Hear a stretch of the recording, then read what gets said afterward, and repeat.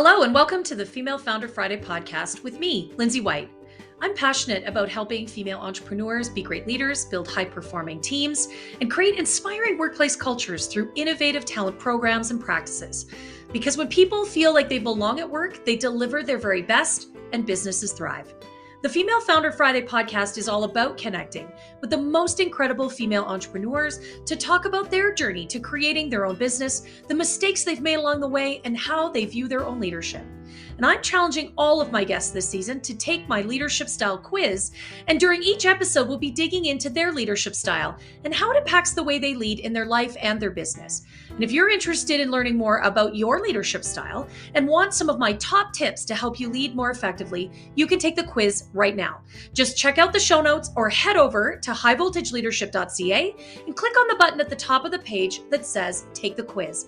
Then you can share your results, connect with my guests, and join the conversation on Instagram by following me at highvoltleadership.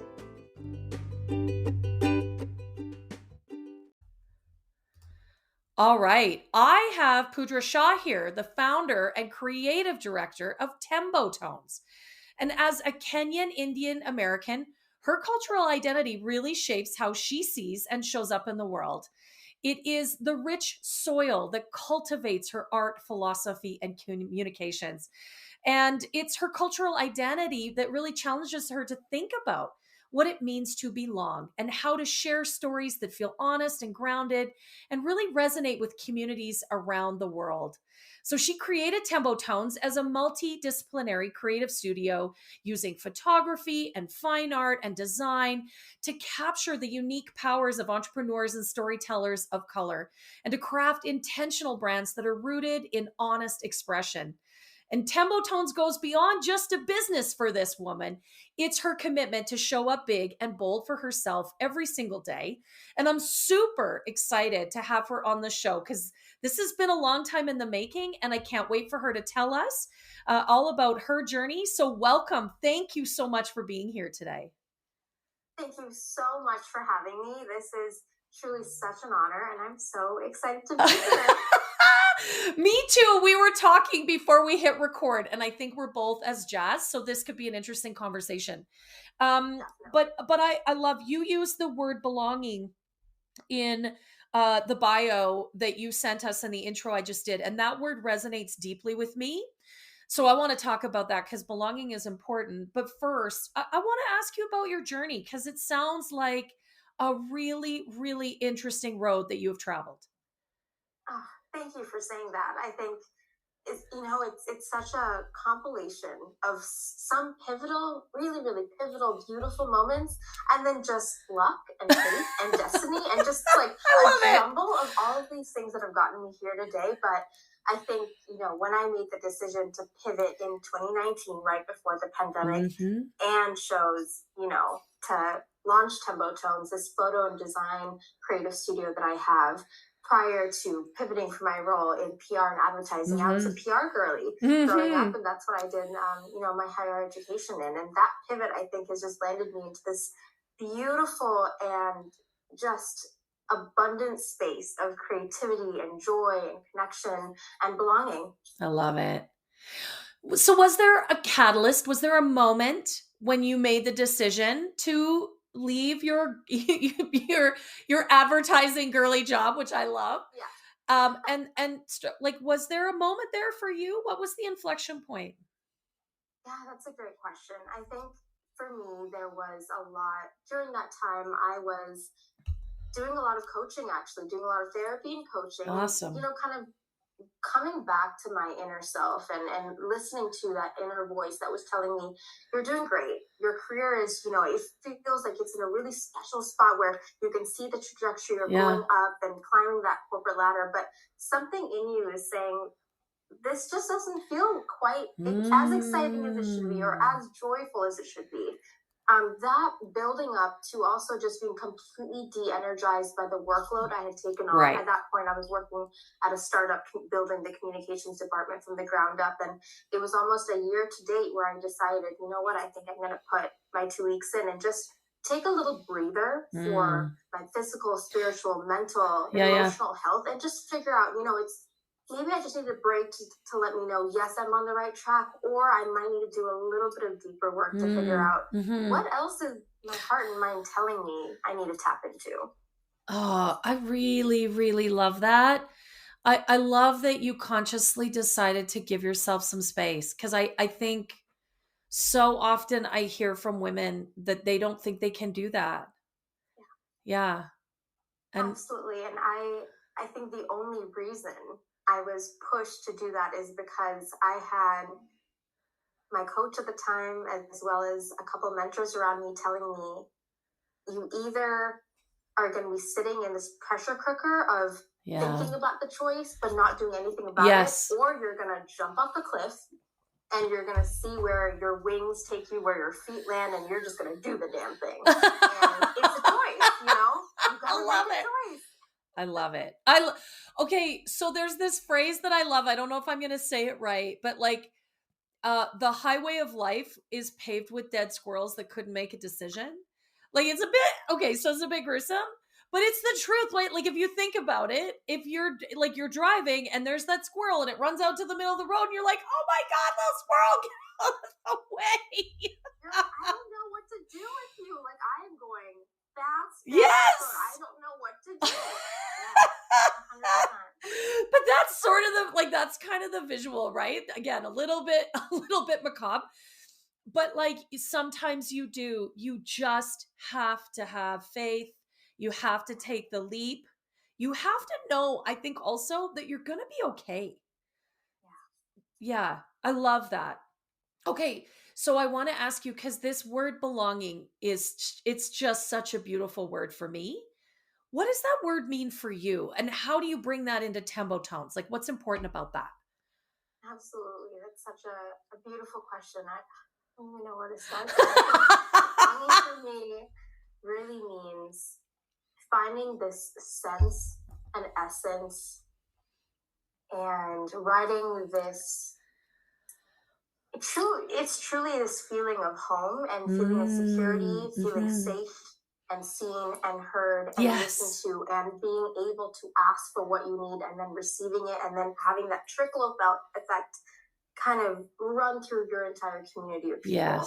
And that is something for me, I think, growing up in a small island town in Kenya. I moved up to the States prior to starting freshman year of college. So I grew up there my whole life and then came stateside. That was really when I realized, truly, when I saw people of color around me trying to navigate this sense of home, or people who have traveled across different areas of the world, or who are relocating and finding home again, like that true essence is when I feel like people, or when I see people feel like they belong, they are just different. It's different. And I think that search is something that is so powerful, but being aware enough to also feel like you have the capacity and the power to create that for yourself, not waiting for that to drop into your lap, is something that I want all my clients to feel as I work with them. And it reminds me to do the same with my own life. I love that. Thank you. I sort of put you on the spot with that. You responded beautifully. I just, that word belonging is so present for me, because a lot of the work that I do with women and their business is create workplaces where people feel like they belong. And I deeply believe that when we feel that feeling of belonging, when we feel seen, heard, valued, respected for the work we do and the person that we are, that's when we deliver our best.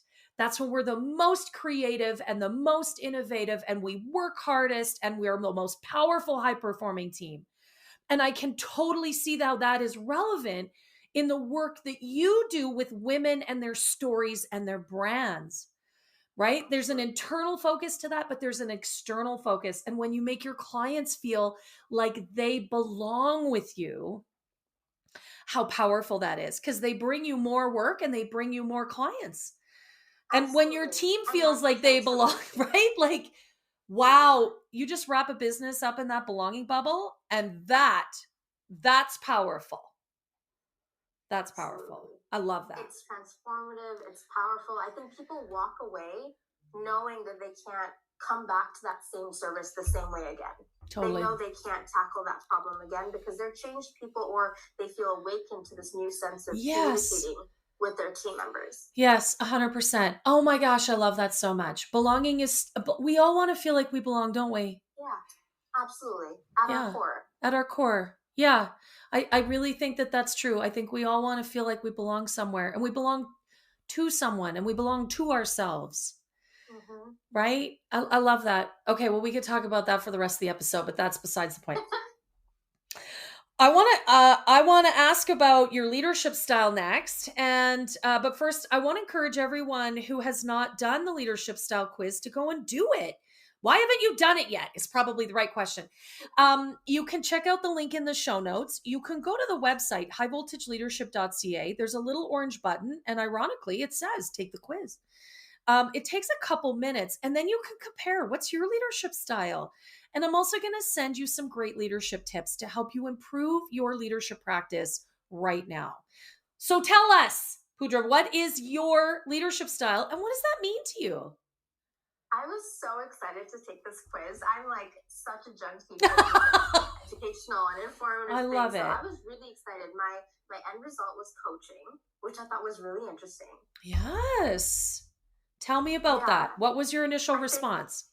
My initial reaction was, I completely see it, but I also, I think, stood in a moment of almost gratitude, because I was like, all those previous mentors, all those coaches, all that, the budgeting aside for self-investment, and then figuring out my way to meeting, community members who kind of were interested in just like personal development, self-development too. Like it all kind of has molded me into this person. But whenever I do work with collaborators or team members or independent contractors, I want to be able to facilitate that same safe space that I truly loved and feel like I've grown with.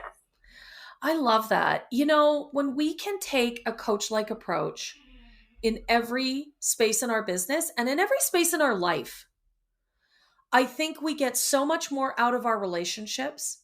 I think we are able to be our best self. I think, you talked earlier about seen, heard, respected, like we belong. When we act from a coaching way and in that coaching perspective, that's what we create for ourselves and others. And that's impactful. Mutually. For both sides. Yeah, I love it. That actually, we've corresponded, but we haven't actually had a chance to really have a deep chat yet.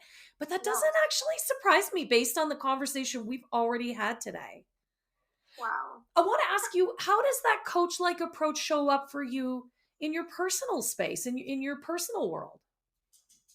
Yeah, that's a great question. I think it's funny because, again, once, seeing that word at the end of the quiz popped up, I think things started to trickle into place in my own head. Yeah. And, my close group of friends and circles, like we truly, when we approach each other to ask for advice or to simply talk or simply vent, even when, we don't need a response from folks.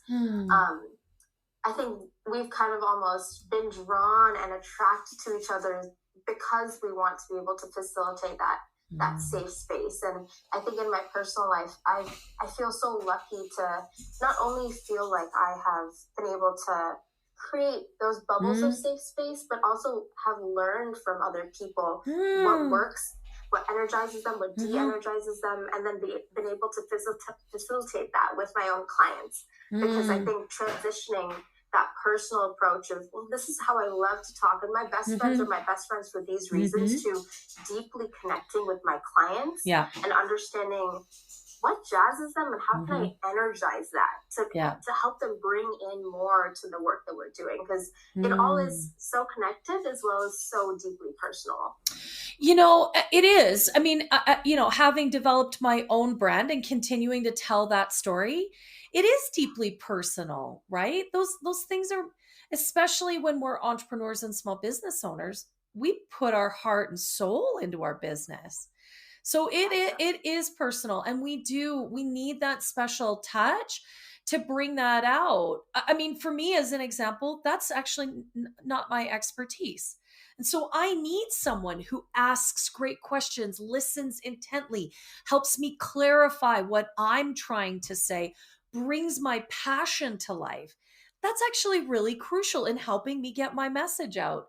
So I really love how you take that coaching and you really apply that to the connections you create with your clients. And then the results speak for themselves, right? Like that's remarkable. I love that. I love that. I love asking my clients this question, or my guests. I ask my clients the question too. Where have you made mistakes or missteps? And what have you learned from those things? She's shaking her head. I'm like, where do we begin? Right? Oh my gosh, so much. Tembo Tones was corporate formalized February of 2020, right before the pandemic. Oh my gosh. Launched March of 2021. So that first year of, my close circles understanding, okay, Pooja's definitely pivoting. She's doing something different. She isn't the PR girly in Chicago that I, had a reputation for. Yes. Was full of mistakes, was full of alpha and beta round testing, was full of feedback, was full of, yes, please help me, because obviously I don't know what I'm doing. I think the major fuck ups really were during that first year of business. I remember losing quite a bunch of just clientele because I didn't know how to price myself well. Yes. I was either pricing myself, meeting market expectations, or pricing myself too low and then just being completely taken advantage of, or pricing myself too high and not understanding how to effectively communicate the value that I was bringing and all these other things that the market wasn't offering at the time. Right. I was all over the place. And I think understanding for me, who am I? What is my worth? What am I bringing on, to the table based on my previous learnings on the other side of brand, from the marketing and PR side. And now picking up a camera and also kind of building this new realm from scratch, from the ground up. I remember just clients being like, I just don't understand, like why, and I just have the answers for that. Yet, because I hadn't built that for myself. Right. You know what? I don't think you're alone. I hear that. It is tricky to figure the pricing in particular, especially when you come from a corporate space, right? Unless you're in one of those roles where you are billing by the hour. And so you know what the client's paying, so you can kind of figure out what your value is, like that in those hard dollars. That is tricky for so many. I've struggled with that too. Right? That can be a real challenge. And then what is the value? Like really deeply connecting to that, standing in that, being able to confidently articulate that. I think that is something so many of us struggle with, at least initially. Oh, 100%. And I think wow. I think I've now come to the space of understanding that it was okay. Like those clients that came and went, like, it was a matter of me playing and making mistakes and honestly just being a child again, like throwing spaghetti on the wall and seeing what sticks. And once I got enough data to be able to be like, this is what's working. These are the things that my clients are really resonating with. These are the parts of the package they don't really care about. Let's scrap that. Let's customize a couple things to make it feel really, really personal to them and feel like they are just getting everything that they've ever envisioned, getting a bang for their buck type of thing. Then things really worked, and I found that people just wouldn't question it because they just understood. There was a portfolio that spoke for themselves, for itself. I love, you didn't call it out, but it's sort of implicit in what you just said, which is, the willingness to constantly iterate. And that iteration is actually not a failure at all. So I ask about mistakes or missteps, but in truth, in a lot of ways, it's just iterating. It's using the data that you get. Feedback, good or bad, negative or positive, is simply data. And then just constantly revising and editing and tweaking. And that's what I heard you say. And I really, really love that. I think that's really important. I absolutely agree. I think that is definitely one of the most important lessons I learned, along with, I'm almost like yes-anding. Along with understanding that and not in competition with anyone else. And just because someone launched and they're releasing their next product package tomorrow, if it took me a year, I think that in itself I was really living in that scarcity mindset of Sure. like, I just don't have enough because I haven't been doing enough. But making those iterations at my own pace made me who I am today, and made me understand the value to be able to share that value with my clients. And I think moving at your own pace, focusing on what's in front of you, like understanding your lane while the world is also moving, is also just something that I feel like isn't even talked about enough. No, you know what? I was just thinking that in my head as you were saying that, like, we don't talk nearly enough about this isn't a competition. Yeah. Okay, so clearly we're in business to make money, and there's some level of competitiveness in that, but ultimately this is growth and expansion, and that's not a competition, and it's not a destination, it's a journey. Like, I love that. You're right. We don't talk about that nearly enough. Absolutely. And I think also you could be in the photographer or design business like me, or you could be in a completely other industry sector, in real estate or in biomedical or whatever. But I think the industries are just so all across the board are so focused on this like hyper movement and being inundated with the new. But really working to specialize and make sure that the things that are currently on your project workload are the best it can be, so that you can only continue to better serve the community is just so fantastic. Yeah. And needs to be, loved on a little bit more. Yeah, celebrated for sure. I think that's exactly it. And I do think, I mean, you tell me, but there's a lot of gurus, thought leaders, experts, influencers, and there's a lot of shoulds. You should do this, you should do that. This is the next hot ticket. Here's a hot tip. Like, there is so much of that present, and not much of it is necessarily relevant just for you and your business. Yes? You're nodding, so you're agreeing with me. I love that. I agree. I almost wish that I could have told the younger me who was planning, when I was strategizing with my coach and planning this pivot, to not be so focused on like grabbing all of those checklists and those tips and tricks and everything that was out there. And I think inherently we as humans, especially when we're in an area of change, when we're changing so much about ourselves, and a career is one of those big things because that's such a lifestyle change as well. Oh my gosh, yeah. We have to remind ourselves that the reason why we're being attracted and drawn to making that change, something that feels scary, is because inherently we know that we believe in ourselves, but we have that capacity to grow and to really flourish in that change. And sometimes all you need to do is look inward before being called to grab all the external stuff and just like shove that into your own head, if that makes any sense. Oh my gosh, I don't know if it makes sense to anybody else that's listening, but that made a whole lot of sense to me. And here's why. I mean, as a coach, I think everyone I come in contact with, we all have that inner leader or sage voice. And I think so often through our school systems, our training, our college, and even into our workplaces, we are told again and again to not listen to that and to listen to someone else. Teachers, professors, bosses, the list goes on. But I truly believe that you're right. When we can pause, when we can get quiet and reflect, that internal conversation is really all-knowing.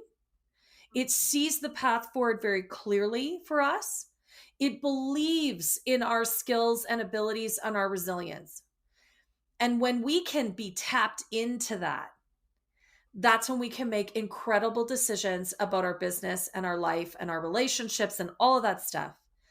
But we shut that off way too often and way too much.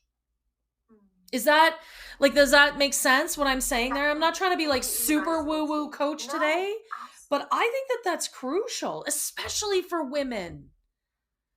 especially for women, and especially for women at a young age, just be told to be silenced and to sit quietly and Yeah. you know, observe everything around you. Be and things like decorative, that. right? Just sit over there and look Absolutely. pretty. Yeah. Mm-hmm. Sure. Young women get that a lot in the workplace. I think as someone who is sort of midlife, you know, if we get vocal and we are sassy and we are proud and we are confident and we are well spoken, we're bitchy, right? Or we're a ball buster. And I think we got to stop listening to that. We got to say what needs to be said. Hey, do it with kindness and respect. I am all about that. Always. Be professional. But we have to listen to our inside voice a whole lot more than we do. I just don't think it'll steer you wrong. I really don't. Every mistake I've ever made in my life has been because I've ignored my intuition. I can say that in all confidence. That's it. That's so true. And I think Right? there's so much power in allowing yourself Yes. to be like, you know what, everyone around me might be saying something different, but I'm gonna really listen to that intuition, listen to that gut, move with belief and trust in yourself, most importantly, and just see where it lands you. Oh, yes. Oh my goodness. That's just remarkable advice for anyone, but really for the women that listen to this show, that are running their own businesses, that are thinking of starting their own businesses, that are in transition. Maybe they're moving from corporate and ready to leave. You really do need to trust your own intuition. You need to listen to that sage voice inside, because it's telling you the right thing to do. I love that. That's just wonderful. Thank you. Oh my gosh. So much wisdom here today. Thank you so much for your time and your thoughts. It's just been beautiful. Oh my gosh, I feel so energized already. I'm like, I want to just cheer everyone on right now. Thank you. Thank you for hosting such a beautiful space that cultivates such powerful conversations and inspires me. So thank you. Oh, thank you so much. I really do. I get such incredible pleasure from these conversations. It's been such a joy to talk to you today. I feel energized too. So thank you for saying that. I'm so excited to share this episode with everyone that's listening. Me too.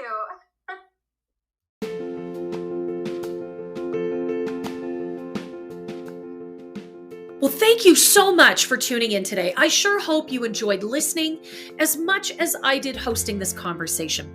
And if you did enjoy today's episode, would you do me a favor?